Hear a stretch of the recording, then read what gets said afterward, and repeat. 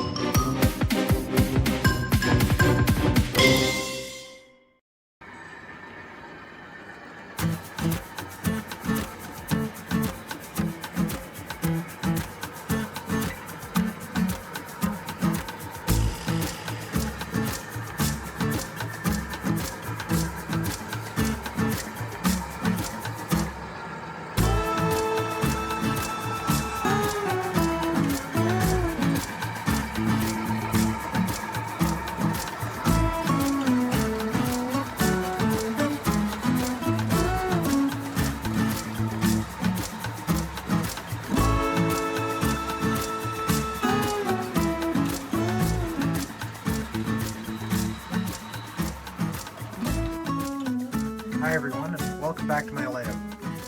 As for just about everybody else, 2020 was a crazy year for me.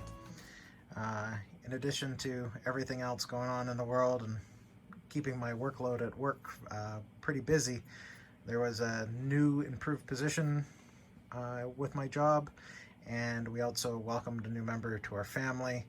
So it's just been a crazy year. Haven't had much of a chance to do any YouTube videos. But that doesn't mean I haven't got anything done on my model railroad. And the biggest change is right here.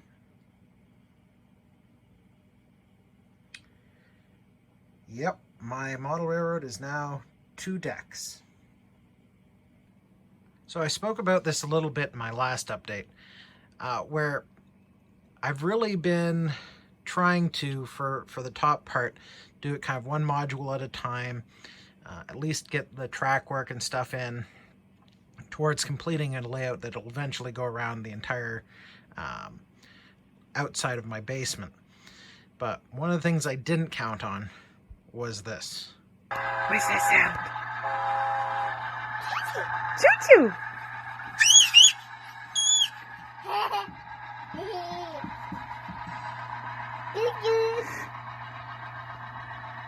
When I started all of this, I always hoped that my children would also enjoy the hobby with me, but I had no way of anticipating that my daughter would become quite as crazy about trains as she has. And the previous height of the layout, which was really meant for adults, wasn't really a good fit for small children.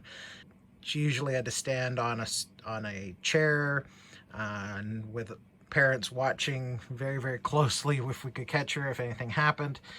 So it just really wasn't the ideal situation.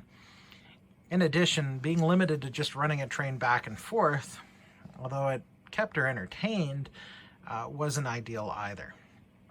So it really kind of pushed me to move forward and build the lower level far sooner than I had originally planned.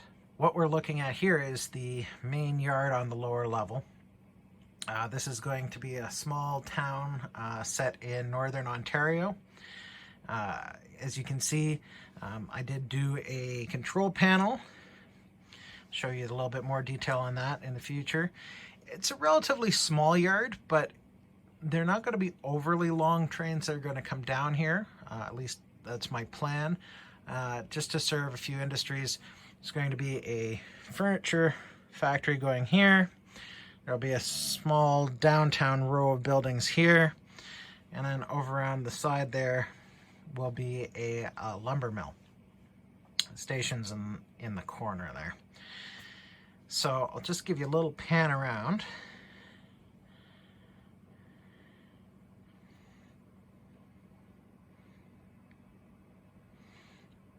So on the corner here as well, I've done a little bridge scene that's in progress.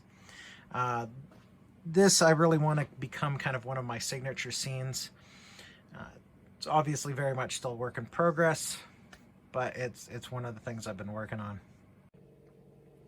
Here we can see the station area and kind of the other end of the yard. I've used curved turnouts to kind of try to minimize the amount of space that it's taken up and give me the most space in the yard as possible. tracks hold, you know, somewhere in the neighborhood of 6 to 7 cars each. There's 3 of them and then 3 longer stub end tracks for storage. One of the other things too that has allowed me to get this done in a very expedient manner is that almost all of the track is reused Code 100 track that I already had. I didn't really want to use Code 100. I would have preferred to stick with Code 83, but I had quite a bit of it from previous layouts. And when I was trying to get something that I could run trains on quickly, it was kind of the best option I had. I may go back at a later point and actually replace it with Code 83, but if I start doing the scenery, it also might just stay.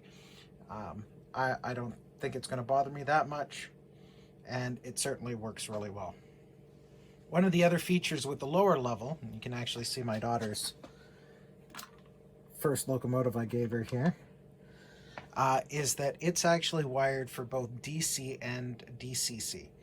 So there's actually a toggle switch that I can throw, and it allows me to run a lot of my older trains, because I have quite a few that don't have DCC, and quite frankly, a lot of them may never have DCC, and this gives me an opportunity to run some of those.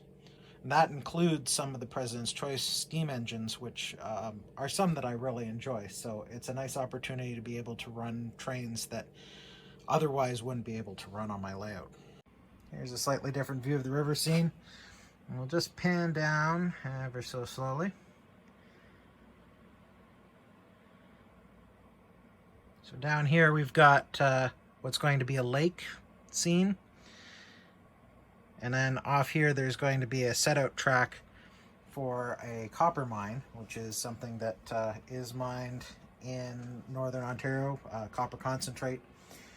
And then that will supply some loads for down here. Off in the distance, you might be able to just see my scratch-built lift bridge, which I'll show you in a little more detail in just a minute. And then going off to the left, there will be another industry there. Haven't quite decided what that one's going to be, but it also loops around, allowing this bottom section to be a small continuous running loop, which is perfect for entertaining my kids. So over in this area, I have my scratch-built bascule bridge, which will span the walkway. It's still in the process of being repaired. I'm going to do a separate video on that. You can see, if I can point it out, yeah, there's a little bit of repair there, and it's still missing the counterweights and things like that, and I have to worry about trying to get it repowered. But that will be what takes the trains off the lower level and then over into what's currently being used as storage, but is the start of the helix that will take everything up to the upper deck. So over on this side, continuing around, there's a few little interesting lessons learned that I'll share. One, you can see here, this is actually where it originally drawn out the path for the rail, but it made the turns just way too tight. I was having a lot of derailment problems. I was testing with some of my passenger cars, which are some of the largest rolling stock that I'll have. So they're really sensitive to those sharp curves. And it just wasn't working. So this isn't the only place that I had to kind of readjust the curves to try to make things a little more broad and get everything working as well as possible. One of the other things too is that this section here is actually a lift out, so I can access my furnace and water heater and all that other important household things. So I actually ended up adding some hardboard underneath to try to keep the track alignment on the joints, and then that way it can lift out and sit back down and realign very well every time. It's been tested now and has worked really, really good. I've run trains now for several hours at a time continually and have had no derailments. So I think we finally got the problems all fixed. But yeah, even using track templates and checking radiuses as best as I could, I still got it too tight the first time. And I needed to go back and make some adjustments, but it's really running solid now. So you can see here I've been starting to work on some of the contours and stuff for the bank and the river. You also might notice, if you're a regular viewer, that in a previous update video, I actually had some bench work up here, and it came down quite a bit. There was quite a drop for the river. That's just simply not going to work because it just didn't leave enough clearance on the bottom. The other thing is originally I was going to use this scratch-built bridge that I built for the upper level. But once again, clearances and trying to make everything work, and the fact that there's really low ceilings in this basement, I'm almost crouching now under a duct, meant that it worked better on the lower level. I think I'm going to try building a vertical lift bridge for the top, which then I can kind of position around the lower level, and hopefully everything works and gives lots of clearance for people to walk through. So another area that's gotten a little bit of attention is this river scene. So this is back on the upper deck. My industrial area is just over there. The last video I showed, I just had some basic bench work in. Now I've done some of the starting of the scenery and the construction. So here's just a temporary bridge for now, once again using code 100 track. I wanted to get an idea of the size of span and everything I needed. Both due to my fictional location that this is roughly around, and just as kind of a interesting prototype to try to follow, I'm going to base this loosely on the CN Bridge in Paris, Ontario. So I'm going to look at a similar type of bridge and set up to what's there. Obviously the creek in this case is much smaller than the river in Paris, but that's kind of the what I'm going to use to base this scene off of. Also, because I've got my electrical panel right there, both these hills, you can see there's a bit of a gap there, they totally lift out. This entire section will come apart and slide out should I need access to my electrical panel. And that's kind of important just to make sure that things stay functional. A few new buildings here in the industrial area. I've done a bunch of work on this one since last. I've got some more of the details and stuff added. There's going to be a few tanks there that I'm going to make out of some rolls, some plastic rolls. So that's starting to come along. We also now have these grain bins. I absolutely love how these turned out. These are Rick's kit. It's either Rick's or Pike stuff. It's all kind of related, but I'm pretty sure it's Rick's. I love the detail. That's just piano wire on there for the bracing on the pipes. The bins are super simple to put together. The little ladders and stuff take an impressive amount of time, but overall, just a fantastic piece. And I love that it's kind of right front and center. So coming a little bit further down, we've got plastic pellet transfer now that I've got the kit completed and painted and in place. And there's a warehouse factory building in the back there, and that's actually a cardboard kit. I'm hoping to do a separate video a little bit more on that in the future. Overall, the detail and the kind of the function of it is to much higher quality than even I was expecting, and I have had some exposure to paper and cardboard buildings before, but I was pretty impressed with it. I'd love it if it was a little bit higher, but yeah, overall, as I said, very impressed, and I hope to have a separate video on that coming sometime soon.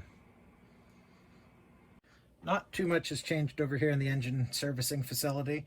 I've gotten some of the extra tracks in, actually put them into the shop on the left-hand side here. So we've actually got tracks all the way through, and they can all be powered. You also might notice that my transfer table, my scratch-built transfer table, has been removed.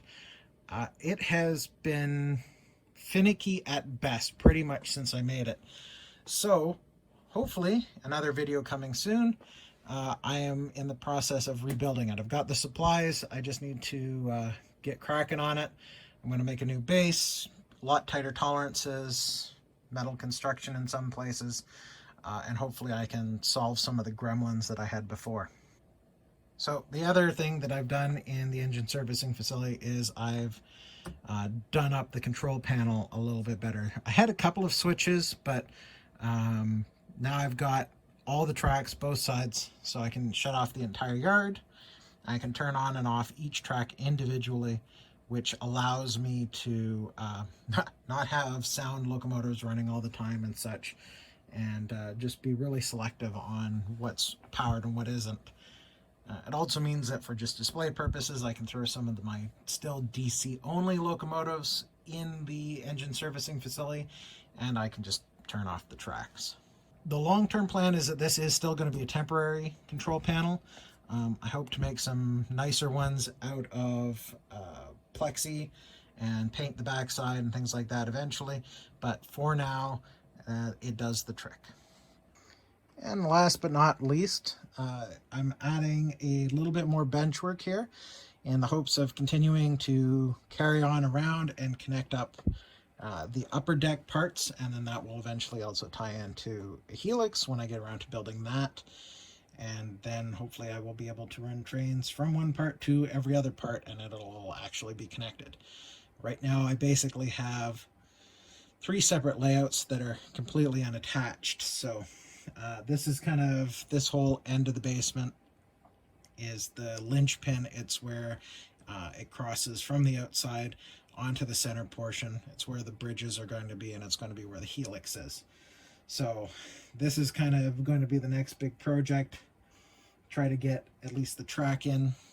One of the other things I'll point out is that you can kind of see, if I pan a little to the left, there's a fairly good drop here. And the reason is because this area is going to be at multiple heights, where everything else is fairly flat. The track isn't really, raised or lower over the scenery. The idea here is that we're actually going to have 2 parts cross over to kind of give that grade separation for the railroad, and then connect up to the other parts. And then there's also the helix that'll actually take it down to the lower level. So I'm planning on doing more the frame, and then put in like the support risers, and then have probably plywood within the foam on top for the sub-road bed and then the road bed. So this part of the railroad's going to be a fairly different construction method than I've used on other parts of it. You can also see here in a few spots, what I've started to do is I've actually started to drill holes in the metal, kind of in the construction phase, which allows me to do wiring and everything far more easier than I have in the past. Thanks for watching my update on my model railroad. Hopefully you enjoyed it and found it informative. Hopefully it won't be a whole year before the next one again. I did shoot a bunch of videos in 2020, which I'm hoping to get edited and uploaded. I just simply didn't have time over the last year. And if you'd like to see more, please hit that like button. And don't forget to subscribe, hit the bell to get notifications. And you can also follow me on Twitter, as well as Instagram. And you can always check out my website at tinkergeek.com. And until next time, keep tinkering.